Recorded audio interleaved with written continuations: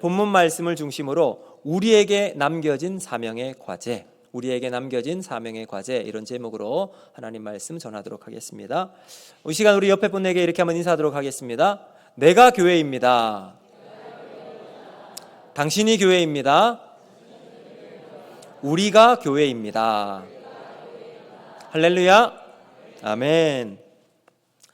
지난 11월 13일 LG 트윈스 야구단이 역사적인 우승을 차지했습니다. 29년 만에 이제 우승을 차지한 LG 야구단은 참 감격스러운 순간이었을 겁니다. 제가 LG를 응원하고 팬이었기에 그 순간은 참 너무나도 저에게 있어서도 뜻깊은 시간이었습니다. 그런데 그 감격스러운 우승을 딱 하고 난 다음에 지나고 나니까 너무나도 이상하리만큼 담담해졌어요. 무덤덤해졌습니다. 여러분, 이 야구 시즌이 그래요. 코리안 시리즈가 끝나고 나면 야구 시즌이 끝이 납니다. 그러고 나면 구단과 선수들은 그 다음 스토브 리그라고 하는 겨울 휴식기에 들어갑니다. 야구가 진행되는 시즌은 모든 시간이 이 야구의 딱 이 중심으로 돌아갑니다. 그래서 뭐 다른 것 일절하지 못하겠죠. 그런데 시즌이 끝나고 나면 못했던 거 그때부터 시작하는 거예요. 가족들과 함께 할 수 있는 시간 가지고 뭐 먹는 것도 먹고 또 여행도 가고 만나지 못했던 사람도 만날 수 있는 시간을 가지게 될 것입니다. 구단이나 선수 너나 할 것 없이 그들만의 스토브 리그를 보내게 될 것입니다. 그런데 이 스토브 리그를 어떻게 보내느냐에 따라서 다음 시즌이 확연하게 달라진다는 거죠. 왜냐? 선수들은 이전 시즌에 자기의 부족한 것을 채우기 위해서 나름대로 개인 훈련도 하고 부족한 것을 채우기 위해서 어떤 것을 해나갑니다. 구단도 보면 이제 그 구단에 좀 부족했던 부분들을 채우기 위해서 전략도 짜고 뭐 선수들도 보충하고 감독과 또 코치들도 새로운 진을 구성합니다. 그래서 다음 시즌을 준비하는 거죠. 우리 인생도 어떻게 보면 이와 같은 스토브 리그가 있을 시기가 있습니다. 이 스토브 리그와 같은 시간을 어떻게 보내느냐에 따라서 우리 인생의 다음이 결정된다고 해도 무방할 것입니다. 우리는 지난 시간 느헤미야를 통해서 이 성전 봉헌식이라고 하는 감격스러운 순간을 살펴보았습니다. 느헤미야가 중심이 되어서 온 백성이 하나가 되고 또 역사적인 봉헌식을 이루게 되었습니다. 자, 이렇게 느헤미야는 예루살렘에서 총독으로 12년 동안 이스라엘 백성을 쭉 다스렸습니다. 그러다가 왕의 부름을 받아요. 페르시아 왕이 다시 돌아오라 해서 페르시아로 돌아가게 되었습니다. 12년 동안 이 강력한 리더십을 바탕으로 이스라엘 백성들에게 선한 영향력을 끼쳤던 이 느헤미야의 이 부재는 사실은 이제 이스라엘 공동체 가운데 그 다음 행보를 어떻게 준비해 나가야 할지 아주 중요한 시기가 되었던 거죠. 어떻게 보면 바로 느헤미야의 부재가 이스라엘 공동체는 스토브 리그와 같은 시간이 되었던 겁니다. 이스라엘 백성들이 느헤미야가 이끄는 힘이 아니라 이제는 전적으로 자신의 의지를 가지고서 어떤 선택을 하느냐에 따라서 공동체의 방향과 공동체의 다음을 우리가 확인할 수가 있게 되는 거죠. 바로 이 시간은 이스라엘 백성들에게 있어서 영적인 스토브 리그와 같은 시간입니다. 이제 이 시간을 어떻게 보내느냐에 따라서 그 다음 단계에 무슨 일이 펼쳐지게 되고 어떤 결과가 나오게 될지 우리는 알 수 있는 중요한 시간이 될 것입니다. 과연 이스라엘 백성들이 자신에게 주어진 이 스토브 리그를 잘 보낼 수 있었을까요? 인생의 휴식 시간, 다음 단계로 넘어가는 이 과정을 이스라엘 백성들이 느헤미야를 통해서 받았던 그 훈련의 과정대로 잘 지키며 살아갔을지, 아니면 다시 옛날로 회귀하고 돌아가고 싶은 본성이 그들 가운데 꿈틀거리고 있었는지, 참 이것이 참 중요한 순간일 것입니다. 우리의 신앙은 언제 분명히 드러나느냐? 바로 영적인 지도자가 눈에 보이지 않을 때 드러납니다.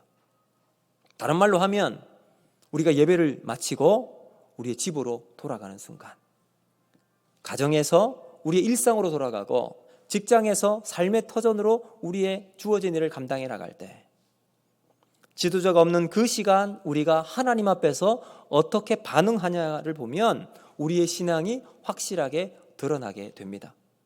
자, 오늘 말씀을 통해서 우리는 우리의 영적인 스토브 리그, 이 시간 가운데 어떻게 남겨진 우리의 사명을 감당할 수 있는지 세 가지로 살펴보면서 함께 은혜를 나누고자 합니다.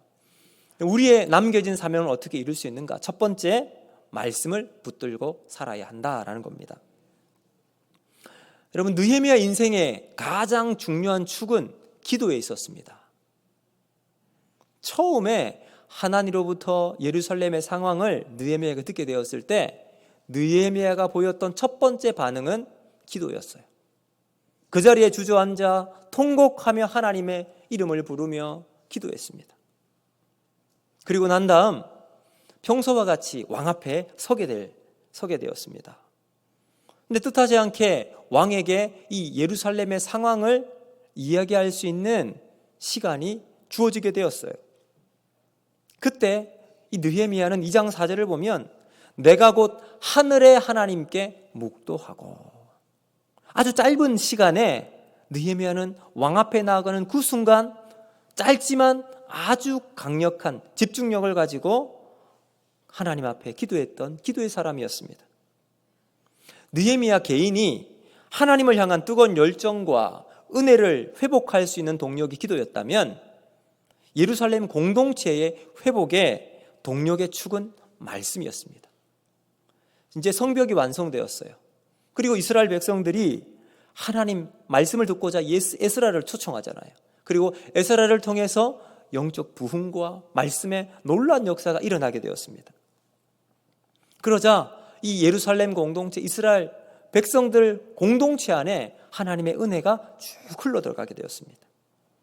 자, 그리고 나서 12년을 느헤미야가 잘 다스렸습니다. 그리고 페르시아로 돌아갔어요. 느헤미야가 떠나 있는 그 시간 동안 과연 이스라엘 백성들의 삶은 어떻게 진행이 되었을까요? 우리가 읽었던 말씀을 보니까요, 이스라엘 백성의 삶은 그야말로 무너질 대로 무너진 영적 피폐함이 공동체 안에 전체 퍼져 있게 되었습니다. 그 이유가 무엇이었을까요? 하나님 말씀이 그들 가운데 휘발되어 사라져 버렸기 때문입니다. 말씀의 기준이 사라지게 되니까 자기 마음대로 자기가 살게 되었던 거죠. 이제 느헤미야가 페르시아에서 돌아오게 되었습니다. 근데 보니까 공동체의 문제가 너무나도 심각해져 있었던 겁니다. 그래서 특단의 조치를 취하게 있는데 1절 한번 보시면요, 이렇게 말합니다. 우리 한번 읽어보겠습니다. 시작. 그날 모세의 책을 낭독하여 백성에게 들렸는데, 3절 시작. 백성이 이 율법을 듣고, 뭐라고 말합니까? 1절과 3절을 보니까 말씀, 율법을 듣는데 집중하고 있습니다. 느헤미야는 이 백성들이 다시 회복하는 원동력은 말씀에 있음을 확신했습니다. 왜요? 말씀의 재건 없이는 심령의 부흥이 일어날 수 없기 때문입니다. 성경의 가르침 없이는 공동체 회복은 방향성을 잃고 일어난다 하더라도 일시적일 수밖에 없기 때문입니다. 사랑하는 성도 여러분, 우리 가운데 참된 회복을 소망하고 계십니까? 진정한 하나님의 은혜를 다시 회복하기를 원하십니까? 그렇다면 우리는 다시 하나님 말씀을 붙들어야 할 줄로 믿습니다. 그러면 우리가 말씀을 통해서 주님 주신 은혜가 우리 가운데 흘러가게 되는 거예요. 돈이 아닙니다. 명예도 아닙니다. 인기, 사람들의 평판, 죄송합니다만 아니에요. 솔로몬의 고백이 이 모든 것을 다 담고 있어요. 전도서를 보면 이렇게 말하잖아요. 이 모든 것이 다 헛되니 모든 것이 헛되도다. 그러나 우리 하나님의 말씀은 영원히 거할 줄로 믿습니다. 여러분, 우리는 이 진리의 말씀을 붙잡아야 합니다. 여러분, 시편 1편을 보면 복 있는 사람에 대해서 우리에게 말씀하고 있죠. 1절 말씀 우리 같이 한번 볼까요? 1절 시작. 복 있는 사람은 악인들의 꾀를 따르지 아니하며 죄인들의 길에 서지 아니하며 오만한 자들의 자리에 앉지 아니하고. 자, 이제 그 다음 2절 어떻게 시작하죠? 오직 여호와의 율법을 즐거워하며 그의 율법을 주야로 묵상하는도다. 아멘. 여러분, 그렇습니다. 우리가 성경이 말하는 행복한 사람, 하나님이 복된 삶을 약속하신 사람은 하나님의 말씀을 즐거워하고 하나님 말씀을 주야로 묵상하는 사람들이라는 거죠. 자, 그렇게 말씀을 가까이 하는 사람들에게 주어진 약속이 있습니다. 3절 우리 같이 읽습니다. 시작. 그는 시냇가에 심은 나무가 철을 따라 열매를 맺으며 그 잎사귀가 마르지 아니함 같으니 그가 하는 모든 일이 다 형통하리로다. 아멘. 여러분, 성경이 말하는 형통, 하나님이 주시는 약속, 바로 하나님께서 말씀을 지키고 말씀 가운데 살아가는 사람은 시냇가에 심은 나무와 같이 잎사귀가 늘 푸르른 그러한 하나님의 복이, 형통이 주어진다고 우리에게 약속해 주십니다. 오늘 예배를 드리는 우리 모두가 하나님의 복 주심에 이 형통이 있는 삶이 되기를 주님의 이름으로 축복합니다. 자, 그러면 여러분, 이 형통이란 뭘까요? 하는 것마다 잘 되고 내가 계획하는 것이 그대로 이루어지고 남들을 이겨서 승승장구하는 것, 돈도 많이 벌고 우리 자식들이 잘 되는 것, 우리 이것을 형통이라고 말할 수 있습니다. 자, 성경에 나오는 대표적인 형통의 사람이 바로 요셉입니다. 요셉을 한번 볼까요? 요셉의 인생을 보면 그는 형들의 이 시기와 질투를 받고 깊은 운동에 빠져 있습니다. 그러다가 종으로 팔리게 되었고 그곳에서도 또다시 모함을 받고 감옥에 들어가게 되었습니다. 여러분, 이런 말만 들으면 요셉은 형통의 사람이 아니라 참 너무나도 그의 삶이 고난과 어려운 사람, 흔히 말하는 재수 없는 사람이 바로 요셉의 모습이었어요. 그런데 성경은 끊임없이 요셉을 가리켜서 형통한 자라고 이야기하고 있습니다. 형통. 그러면 왜 요셉을 가리켜서 형통한 사람이라고 말을 하고 있을까요? 여기에는 전제가 있어요. 창세기 39장에 보시면 이 요셉을 가리켜서 이렇게 말합니다. 창세기 39장 2절 말씀 우리 같이 한번 읽어보겠습니다. 시작.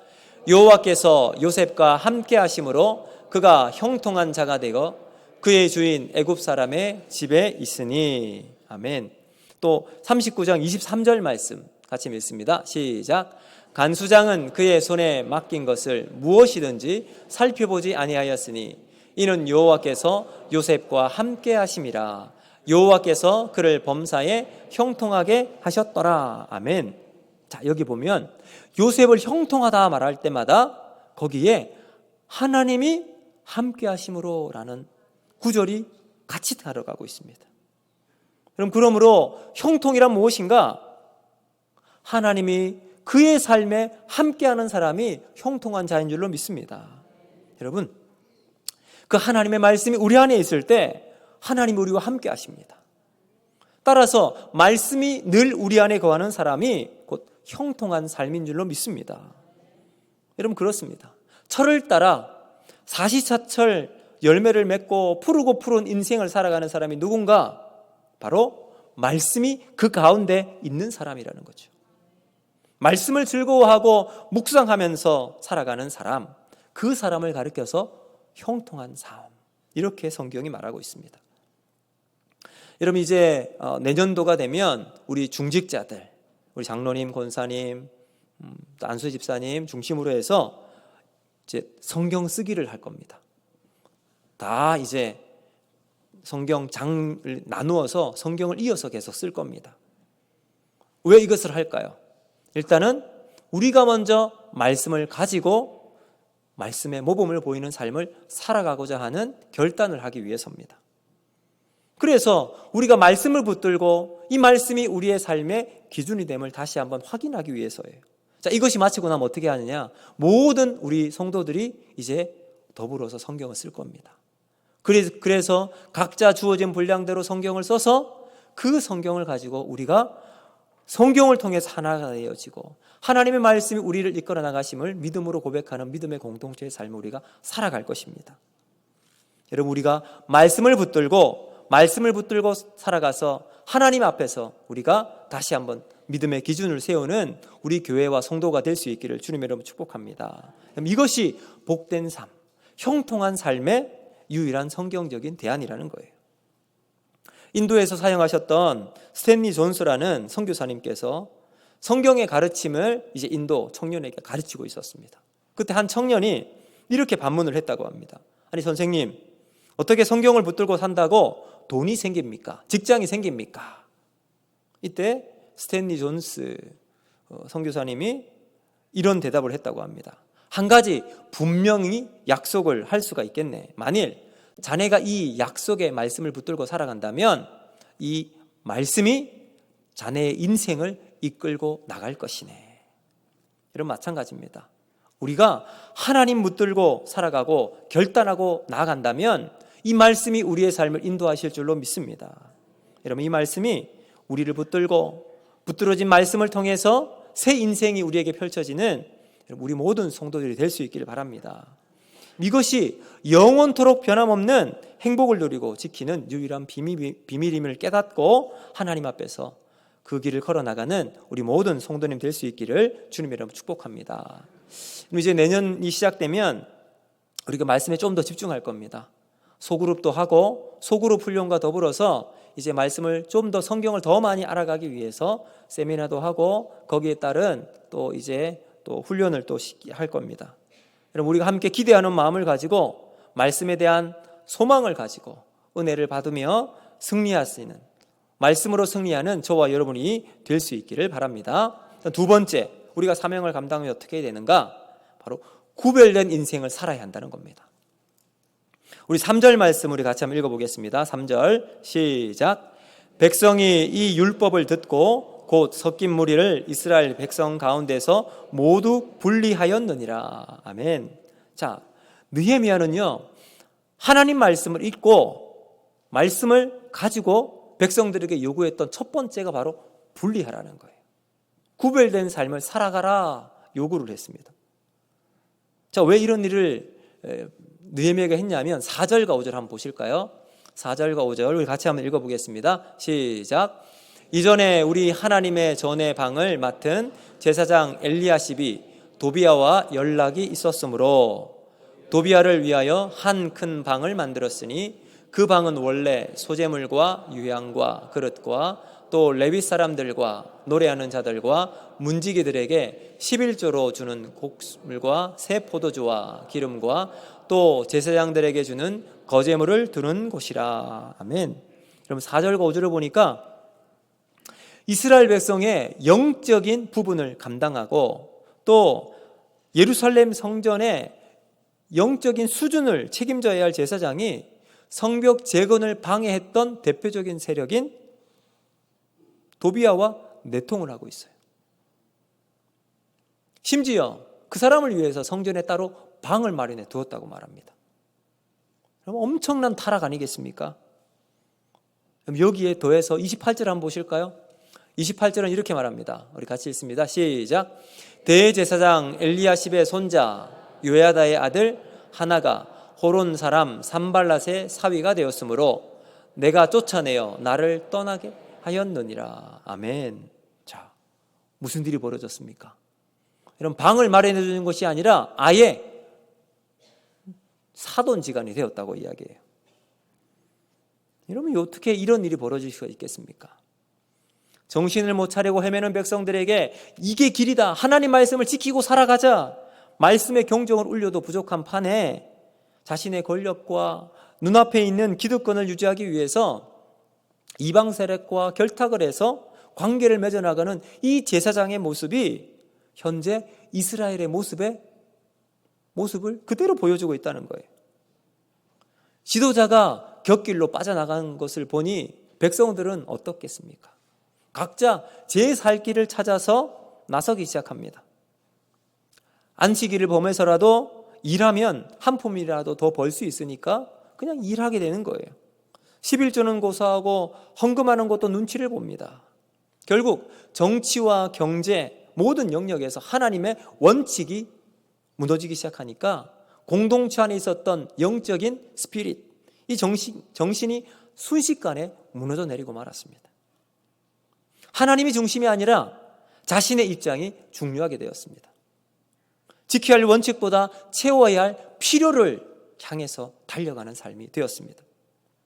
그래서 이제 페르시아에서 돌아온 느헤미야가 복귀하면서 강력하게 요구했던 것이 바로 분리였어요. 구별된 삶을 살아가자. 여러분 23절과 24절을 보면요, 또 이런 일도 있습니다. 우리 같이 한번 읽어보겠습니다. 시작.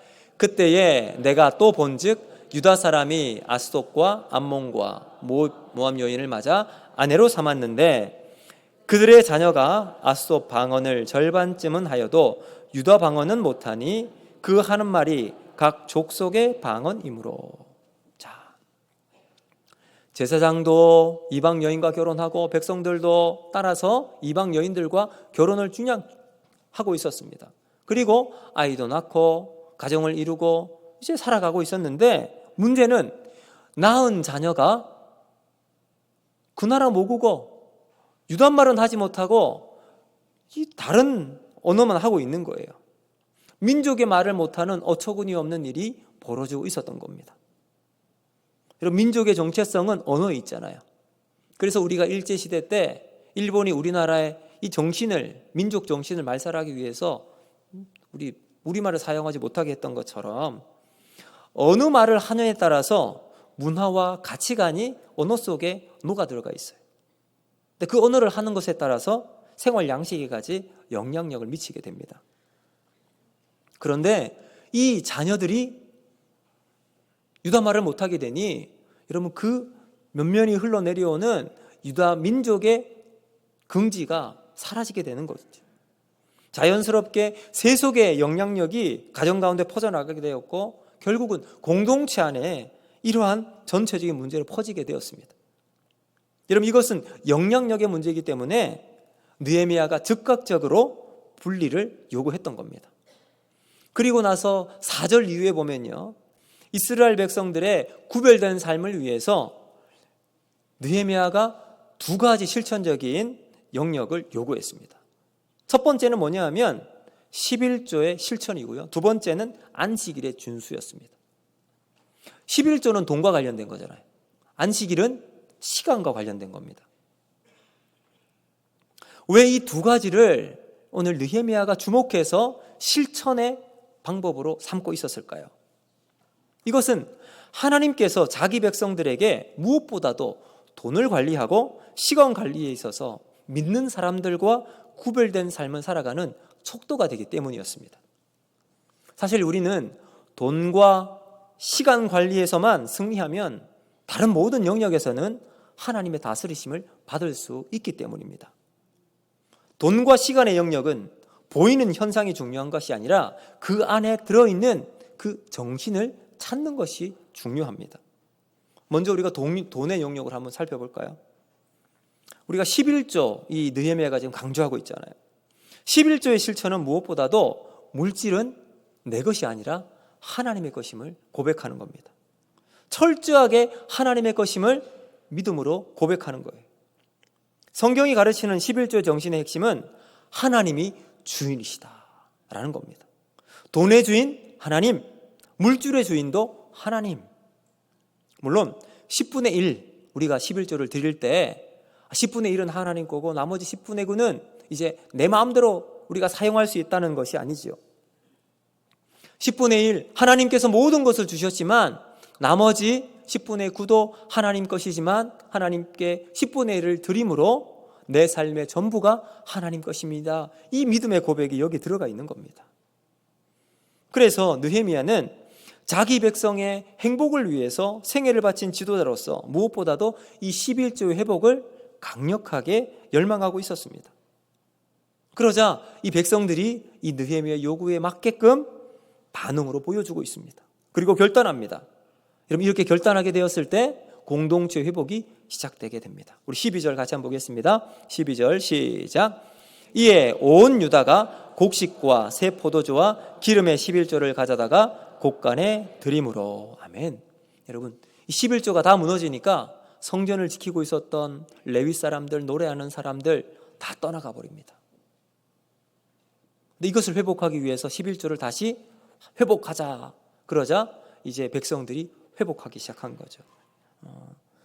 이것이 이스라엘 공동체 회복의 전환점이 되었습니다. 두 번째, 시간의 영역을 한번 볼까요? 안식일을 준수하라. 여러분, 우리의 모든 시간, 일주일, 7일은 하나님의 것입니다. 그러나 그 중에 특별히 하루, 안식일을 하나님께 드린다. 이것이잖아요. 주를 예배하고 하나님을 기뻐하는 일로 보냄을 받고 그 시간을 정말 온전히 하나님께 드리는 거예요. 구약의 안식일은 철두철미하잖아요, 여러분. 거리도 딱 제한이 되어 있어요.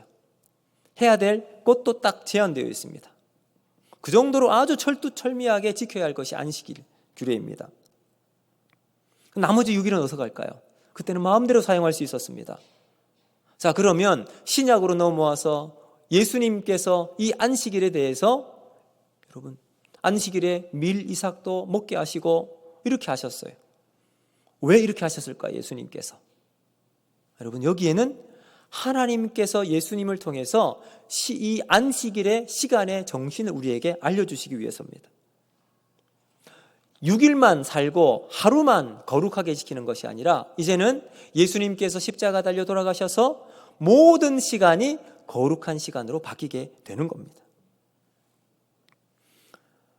이 6일을 하나님 앞에서 이제는 우리가 살아가는 삶의 현장, 일하는 시간, 또 가정에서 우리가 보내는 시간도 하나님 앞에서 드릴 때 하나님이 우리의 시간을 거룩하게 인도해 주신다는 거죠.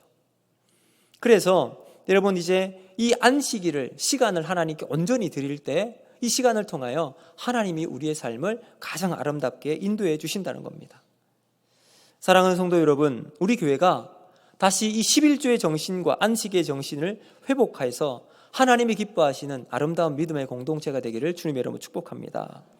세상과 구별된 삶을 살아가고 하나님께 영광을 돌리고 하나님의 자녀로서 합당한 삶을 살아가는 모습을 오늘 우리가 다시 회복하기를 주님의 이름으로 축복합니다. 그래서 나의 재물도 모두 하나님의 것이요, 내 주어진 시간도 하나님의 것임을 믿음으로 고백해서 이제는 하나님 앞에서 주님이 주신 은혜를 믿음으로 고백하고 세상과 동화되지 않고 세상과 다르게 사는 구별된 삶을 살아가서 하나님 앞에서 주님이 인정하시는 그러한 삶을 살아가는 저와 여러분이 되기를 바랍니다. 이제 마지막 세 번째, 우리가 사명을 회복하기 위해서 어떻게 해야 되는가? 사명을 이어가야 한다라는 겁니다. 자, 여러분, 느헤미야서를 보면 개혁을 실천하는 두 장면이 나옵니다. 바로 9장과 13장이에요. 자, 9장을 보시면 백성들이 성벽을 다 완공하고 난 다음 에스라를 초청해요. 에스라를 통해서 말씀을 듣고 그 말씀을 통해서 그들이 자발적으로 하나님의 은혜를 경험합니다. 계속해서 말씀을 듣기를 원하고 또다시 에스라에게 말씀을 더 알려달라고 요청을 했습니다. 그때 그들 심령 가운데 놀라운 회복이 일어나게 되고요, 하나님의 말씀을 깨닫고 스스로 결정을 하고 하나님의 붙들어 주시고 놀라운 은혜가 그 가운데 일어나게 됩니다. 여러분, 이 느헤미야 9장은 백성들이 주도했던 개혁이었습니다. 그런데 오늘 13장을 보면 이 개혁의 주체가 백성이 아니에요. 지도자 느헤미야가 개혁을 주도해서 나갑니다. 그래서 13장을 쭉 보시면 내가 이렇게 강조를 합니다. 바로 느헤미야예요. 느헤미야는 이방 사람들과 분리를 시켰어요. 또 11조와 안식일을 지키라고 강력하게 개혁의 드라이브를 걸고 나갑니다. 그런데 중요한 것은요, 이렇게 느헤미야가 강력하게 나가는데 여기에 반응하는 백성들이 보이지가 않습니다. 백성들이 반응이 없어요. 9장과 같이 회개하고 가슴을 찢고 하나님께 우리가 예배하겠습니다, 하나님의 말씀에 순종하겠습니다, 이런 것이 전혀 13장에 나오지 않고 있어요. 심지어 그 가정이 이제 분리되어서 자기 아내도 돌려보내라고 하는 이 명령 앞에, 여러분, 백성들이 만약 이런 상황이라면 반응이 있어야 될 거 아닙니까? 변명이나 항변을 하거나 이런 반응이 전혀 나타나지 않아요. 백성들의 침묵이 13장 가운데 흐르면서 느헤미야는 끝이 나게 됩니다. 무엇을 의미하고 있을까요? 우리가 단 한 번의 회개와 개혁으로 모든 것이 드라마틱하게 바뀌게 되는 헐리우드 액션 영화와 같은 결말을 기대하는 경우가 참 많이 있습니다. 영화의 주인공을 보면 주인공이 등장해서 악당을 다 물리치고 찬란하게 빛나는 아침 해와 함께 이제 승리를 보장하고 그 가운데서 우리가 카타르시스를 느끼고 영화가 끝날 때 우리가 막 박수를 치는 경우가 있잖아요. 그런데 우리 인생을 돌아보면 그러한 일이 나타나지가 않습니다. 뭔가는 한 것 같은데 시간이 지나면 또다시 제자리로 돌아갑니다. 느헤미야의 개혁이 그러면 실패로 끝나게 되었을까요?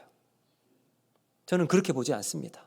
저는 말씀을 이 13장의 마지막을 보면서 마치 13장은 개혁과 사명이 끝난 것처럼 보이게 되지만 이것이 끝이 아니라 오늘 예배를 드리는 저와 여러분에게 또 다른 느헤미야 14장을 요구하는 남겨진 믿음의 사명을 이어가라는 느헤미야의 사무치는 절규의 목소리가 들린 듯합니다.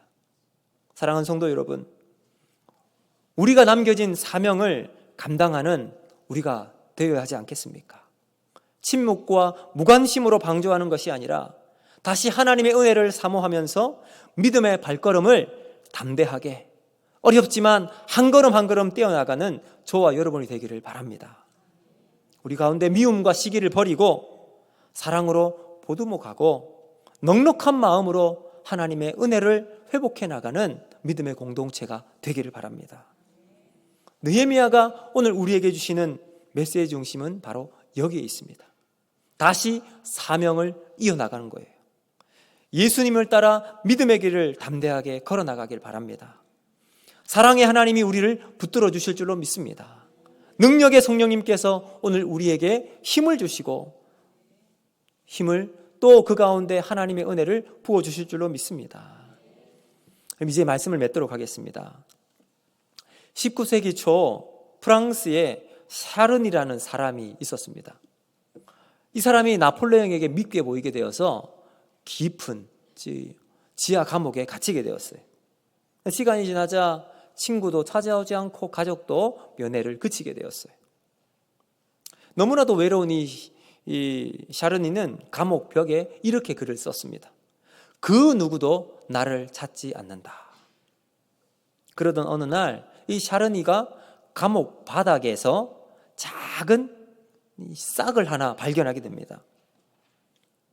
그날로부터 자신은 자신에게 주어진 생수를 조금 아껴서 시간이 날 때마다 그 싹에다가 한 방울 두 방울 물을 내려주기 시작했습니다. 그런 와중에 이 새싹은 점점 자라기 시작했고요. 마침내 감옥 바닥에서 꽃을 피우게 되었습니다. 그 꽃은 샤르니가 자신의 인생 전체를 통틀어서 가장 아름답게 보았던 꽃이 되었습니다. 감옥에서 생명의 신비로움을 맛보게 되었습니다. 그리고 자신의 벽에 써놓았던 그 글을 다시 지우고 이렇게 썼습니다. 하나님이 나를 돌보아 주신다. 감옥에서 아주 작은 존재도 정성껏 돌보시고 기르시는 그 하나님의 손길을 발견하게 되었던 겁니다. 그러던 중 친구 하나가 이 샤르니를 방문을 하고 그 감옥 바닥에 있었던 꽃을 보게 되었습니다. 매우 놀라게 되었고 자신이 본 것을 주변 친구들에게 말하기 시작했습니다. 그리고 그 소문은 파리 전역에 퍼져나가게 되었습니다. 감옥에 꽃이 피었대. 그 감옥에서 너무나도 아름다운 꽃이 피고 있대. 그럼 이 이야기는 나폴레옹의 부인이었던 조세핀 왕비에게도 들어가게 되었습니다. 절망의 감옥에서도 희망의 꽃을 피우는 사람이 있다니 그는 절대로 악한 사람이 아닐 거야. 이런 생각을 왕비가 하게 되었습니다. 그래서 조세핀 왕비는 나폴레옹 황제에게 이렇게 말합니다. 샤르니가 어떤 죄를 범했는지 모르지만 감옥에서 꽃을 피워낸 사람이라면 그는 절대로 나쁜 사람이 아닐 겁니다. 왕비의 간곡한 부탁으로 나폴레옹의 마음은 움직이게 되었고요. 샤르니는 결국 감옥에서 나오게 되었습니다. 사랑하는 성도 여러분, 캄캄한 이 감옥 안에서도 샤르니는 싹을 키워서 꽃을 피우는 사명을 가지게 되었습니다. 우리에게도 남겨진 사명이 있는 줄로 믿습니다. 어떤 사람에게는 큰 거 있을 수도 있어요. 어떤 분에게는 작지만 확실한 자신의 사명이 있습니다. 그 사명이 있는 사람은 캄캄한 감옥에서도 소망의 꽃을 피우게 됩니다. 오늘 우리에게 하나님이 주시는 3가지 사명이 있습니다. 우린 다시 하나님 말씀을 붙들고 살아가야 할 줄로 믿습니다. 세상 가운데서 동화되지 않고 하나님 말씀 속에서 구별된 삶을 살아가는 사명입니다. 그리고 잃어버렸던 사명을 다시 붙들고 믿음의 사명을 이어나가는 저와 여러분이 되기를 주님의 이름으로 축복합니다. 이 말씀을 우리가 기억하면서 이 시간 우리가 함께 찬양하면서 기도하기를 원합니다.